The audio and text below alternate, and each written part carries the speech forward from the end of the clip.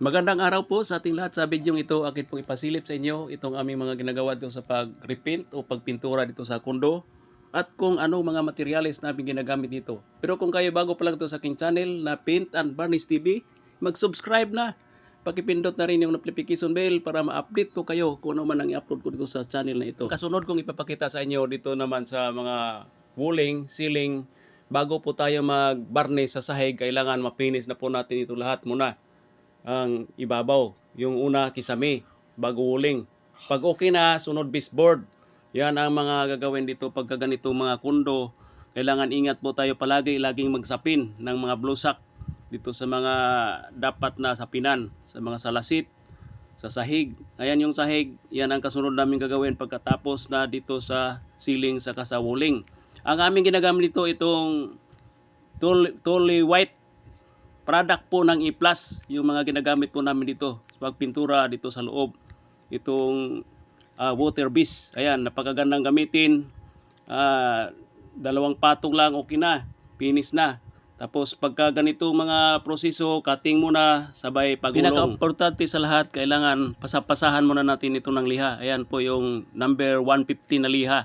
Yan lahat yan, pasapasahan natin, kapain para makuha yung mga aligasgas, yung mga dapat lihain bago po natin pagulungan. Yan po yung pinaka-importante sa lahat. Pasapasahan o kaya lihain natin mabuti. Yan po yung mga ginagawa ko dito sa lahat, lalo nang sa mga baguhan. Huwag po natin pagulungan agad. Kailangan kapain natin kasi ang kamay natin parang may mata ito.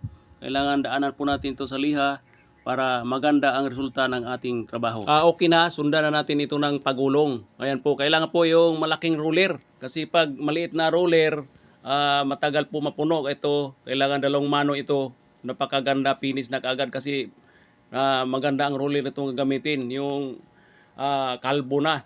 Yung hindi na gaanong mga sa balahibo. Yan ang magandang final finish dito sa mga latex. Yung ginagawa namin dito sa master room. Ito na lang po kasi yung sala tapos na. Ito pagkatapos nito, yan lang po kasunod namin itong mga flooring. Yan, isang araw lang po namin gagawin dito hanggang doon sa loob. Dito sa pinaka master room. Ito yung sala. Yan o. Tapos na. Kaya doon kami sa master room na. Yan, lahat na ito.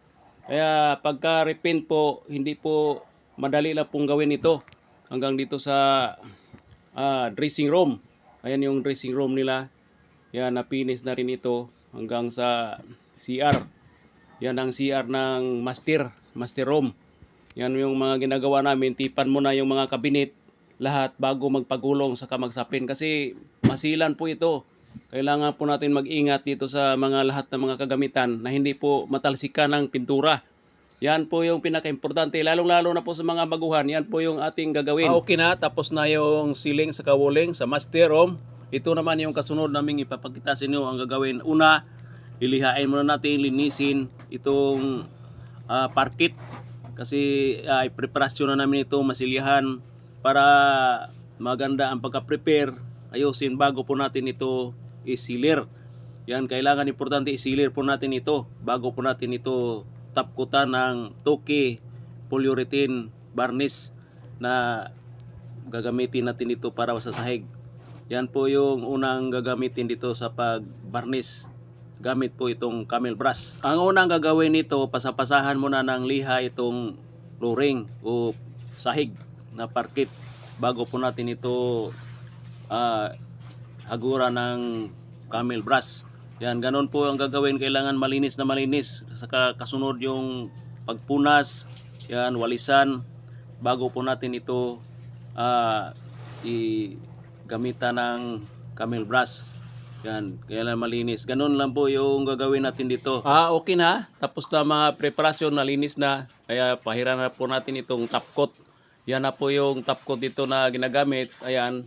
Ang paghagod po nito, kailangan po natin ilagay sa gitna ng pagitan nitong parquet para pagdugtong sigurado po na hindi mahalata yung dugtungan. Yan po yung ginagawa ni Kumparing Larry. Yan, ganun po yung paghagod. Hindi yung hagod ng hagod. Kailangan may direksyon po yung paghagod natin ito pagka ganito mga varnish. Ingat po tayo sa paghagod para sa sunod pagdugtong hindi po mahalata yung pagdugtong dito sa dugtungan sa pagbarnis dito sa parkit sa sahig. Yan yung mga ginagawa namin dito pagka ganitong proseso sa pagbarnis dito sa flooring. Yan po yung sigurado po yung paghagod. Hindi po basta-basta na gano'n na lang hagod ng hagod. May direksyon po. Ayan po yung mga tape nakikita niyo. Nilalagyan po namin yung pagitan yung mga dugtungan para pag lipat namin sa kabila. Ayan, ililipat naman yung gamit dyan. Naway may nakuha kayong idea dito sa pinakita naming video. Bukod dyan sa mga nagtatanong tungkol dito sa mga materials na aming ginagamit, akin diyan sasagutin sa oras ng break time o kaya pag-uwi sa bahay. Marami pong salamat sa mga viewers, sa mga followers na walang sawang nanood at sumuporta. So hanggang dito na lang. Kung nagustuhan tong video na to, huwag kalimutan i-like, i-share, at pakipollow at like na lang po yung FB page ko na Paint and Varnish TV. Salamat po!